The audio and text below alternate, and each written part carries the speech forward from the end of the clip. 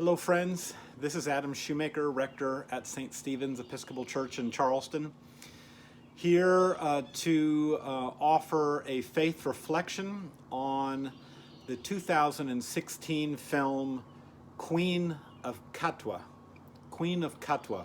And I would wager that this is a film that many of you have not seen. And my goal this summer in this Faith and Film series is to try to find at least some films that might be new for you. This one might have been a film you missed when it came out, but I believe it's a powerful, true life story with a lot for us to reflect upon. The story of a young girl, Fiona, who grows up in Katwe, a slum, the largest slum in the Ugandan city of Kampala, and learns to play chess at a youth center and becomes a master chess player, and her chess helps to pull her and ultimately her family out of poverty. The first thing that this film called to mind was my missionary service during my 20s in Rio de Janeiro, Brazil, where I served in a large, notorious slum of that city on the western outskirts of Rio, ironically called the City of God. There actually was an Academy Award nominated film by the same title. And that community's name is ironic because it is a community with all sorts of problems, a community marginalized within the country of Brazil itself, a community full of violence and drug addiction and poverty, and a community that seems almost God-forsaken. And yet, when I lived there, I was humbled by the instances of faith, hope, and love that I witnessed from the people there. And I believe when we see this film, The Qween of Katwe, we can see the same thing. The film certainly highlights the marginalization of the people in this Ugandan slum.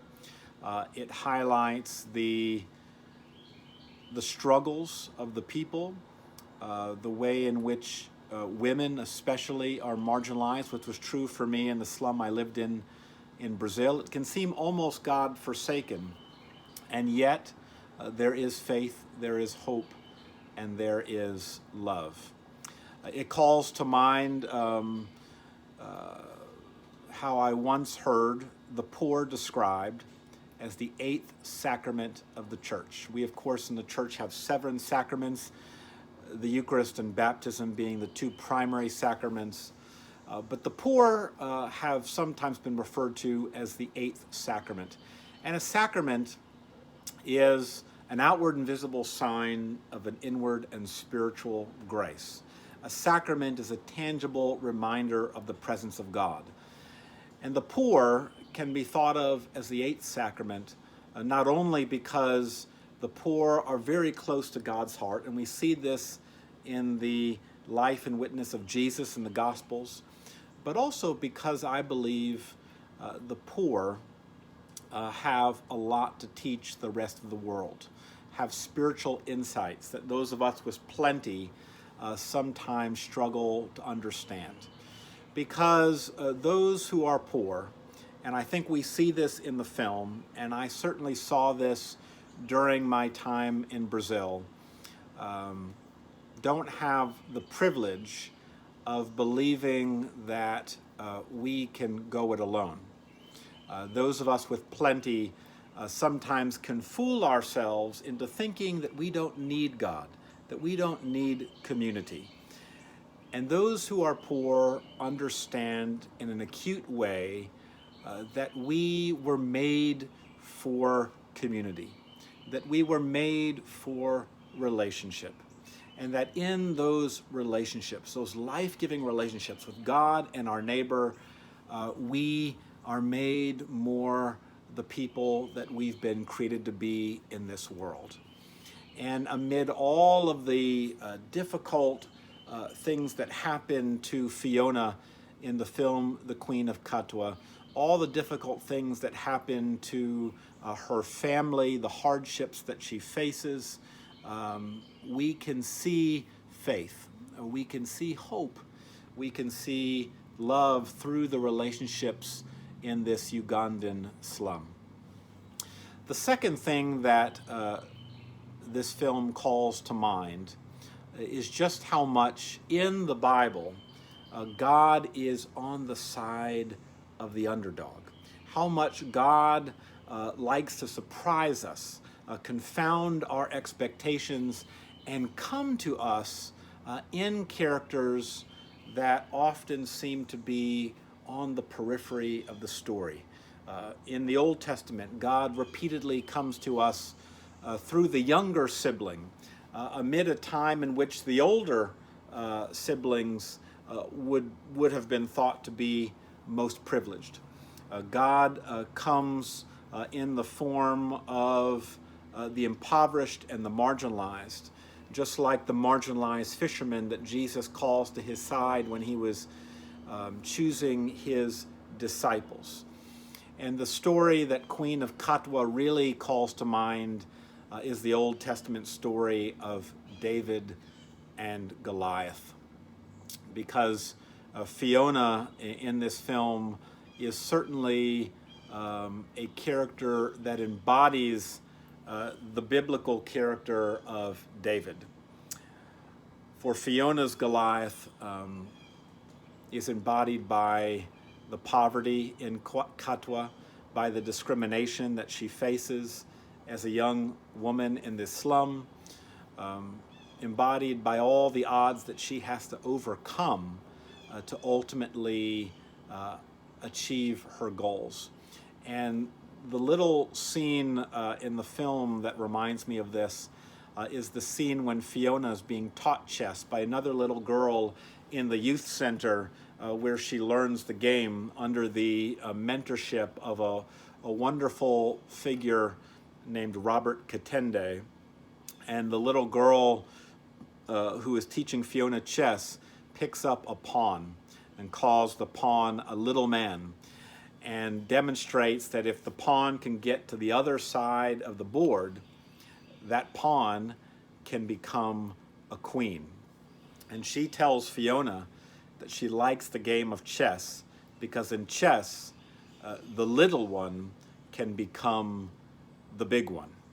And I think that encapsulates this true life story of this young girl persevering against all odds and transforming, blossoming into the bright young woman that God has called her to be. And so as I think about that and I think about this film, I would invite us to consider the ways in which the marginalized in our lives, the poor, the pushed aside, the oppressed, those who we might consider the last characters to be infused with the presence of God, how those individuals in our lives, in the news, in the world, can teach us something, how God might be using those figures to open our eyes in new ways. The last thing that this lovely film reminds me is of the old adage that at the end of the day, after it's all said and done, love wins. Love wins. We friends, of course, are living through very difficult and uncertain times. Times in which many of us have been stripped of the things that we have typically relied on to move through our lives. This is a time in which I think we are all trying to adjust and ground ourselves to the shifting sands underneath our feet. The future seems so unpredictable. It's hard to know where this is all going. But I think in this film, The Qween of Katwe, this true life story in which we see a young girl growing up in the slums of Uganda who is not thought of with much regard, overcoming these odds, her family overcoming their poverty, being pushed out on the street when they have no money. This family that is given every reason to lose heart, ultimately, at the end of the day, finds their way through. And they find their way through, I believe, not only by the grace of God, but through the love that they continue to share with one another. And I think that the character that really embodies this for me is Fiona's mother, played by the marvelous actress Lupita Nyong'o. Her love for her daughter and her other children shines through in this film. And Robert Katende, at the end of the film, ultimately commends her for that, saying that her children are so lucky to have a mother that has not given up on them. And God has not given up on us. We are all God's beloved children. God's love will shine through. And at the end of the day, after it's all said and done, love wins. That is the truth of Easter, and that is the truth that we are called to hope in and embody as God's Easter people in this Good Friday world of ours. So I hope, friends, that you have enjoyed this film, The Qween of Katwe. Please keep in your prayers in this time, especially the poor and the marginalized, those who, like the character Fiona in this film and her family, are all too often pushed aside. And remember that at the end of the day, after it's all said and done, love will have the last word. Stay tuned for information on the next film that I'll be commenting on. In the meantime, stay safe, be well, and see you at the movies.